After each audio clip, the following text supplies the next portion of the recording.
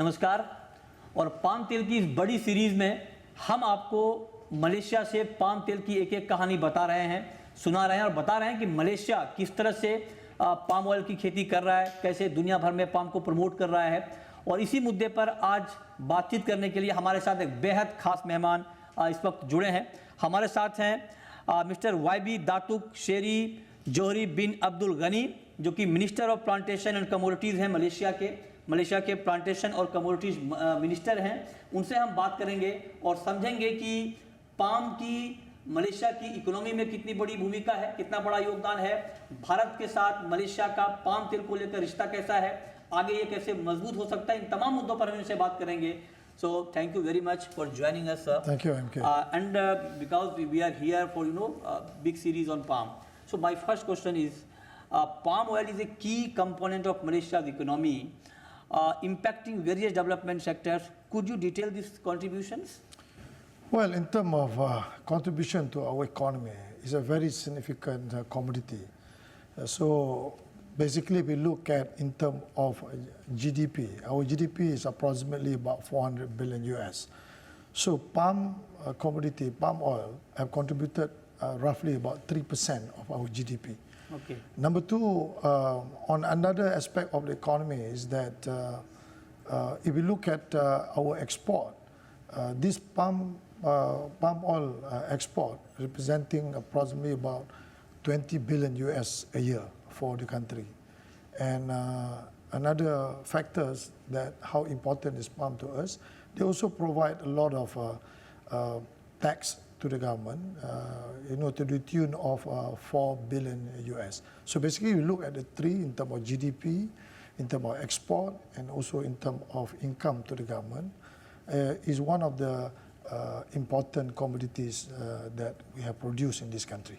Right. So, in what ways does the palm oil industry generate the employment and throughout various sectors in Malaysia? If you look at palm oil in Malaysia, I think we have approximately about 5.7 million hectares that we planted palm oil. And out of these 5.7 million hectares, if you look at, they divided into two group of planters. One is a large and big scale companies representing about 73%, and then smallholders is about 27%. Now, if you look at the large companies, they employ approximately about 1 million employees. They provide employment of 1 million, and then for the smallholders, they provide approximately about 450,000 households that will be able to get an income or revenue from palm oil activities that they have done. And certainly I think all in all, this industry is very important for Malaysia because they provide a good employment opportunity to the people of Malaysia. So how does Malaysia enhance the trade and market access for certified sustainable Malaysian palm oil in accordance with the global sustainable standards? Well, basically we value about environment, and everything that we do here, we always make sure that sustainability production of our palm oil is in sync with the world requirement. If we look at today, Malaysia is very committed looking at issues about environment vis-a-vis palm oil production. And I can tell you that as a country, we have this kind of target that by 2050, the country must have net zero carbon emission. So that is our own target in Malaysia. So smallholders, just I want to ask a question on smallholders. Smallholders play a crucial role in palm plantation. Yeah, so how you are supporting them in terms of financial assistance, in terms of technology and all? If you look at this industry, in as far as Malaysia is concerned, just now I mentioned to you, 73% actually being managed and run by the large companies, small and medium. But when it comes to smallholders, we have approximately about 1.5 million hectares. That we get approximately about 450,000 households get involved in this plantation. And certainly, I think because they are in a small scale, they don't have a benefit of a company that run this as a big estate and large conglomerate companies. So what we do is that as a government, we also provide financial assistance. Example, when their respective plantation require some kind of replanting, so the government do provide some financial assistance, and we also guide them in terms of the quality of seeds or clone that they're going to use. Number two, we also make sure that all the fertilizers that they use, we make sure that they get the right fertilizers to apply to their smallholders plot. So these are all some financial assistance that we provide. Right. And certainly I think our intention is to make sure that if they can match the yield of every hectares almost close to the large estate, they will benefit more. Right. So how you ensure proper market and fair price for the smallholders? So basically the smallholders, they don't have mills, they don't have refinery. They just produce the fruits. Right. And then after that they will then link to some of our big players here. They have palm oil mills, they have refineries. So what they do, all their produce will be sent to them. And some of the government agencies, we also set up our own palm oil mill to facilitate them to deliver their fruits. Right. For us to produce and export CPO. Now come to India point, because India is the largest import destination of Malaysian palm oil. So what measures would Malaysia take to sustain this position? Okay. In fact, just to put into a perspective, India is one of the largest. We have European Union, and then we have China, we have Middle East, we have Africa.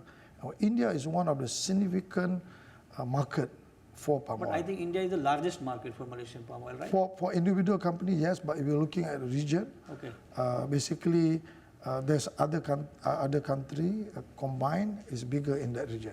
So how we look at it, India is a very important market. And certainly there's a lot of things that we do in India. One, we make sure that even though sustainability is not yet the issue, but we have to get prepared. One day you need that sustainability.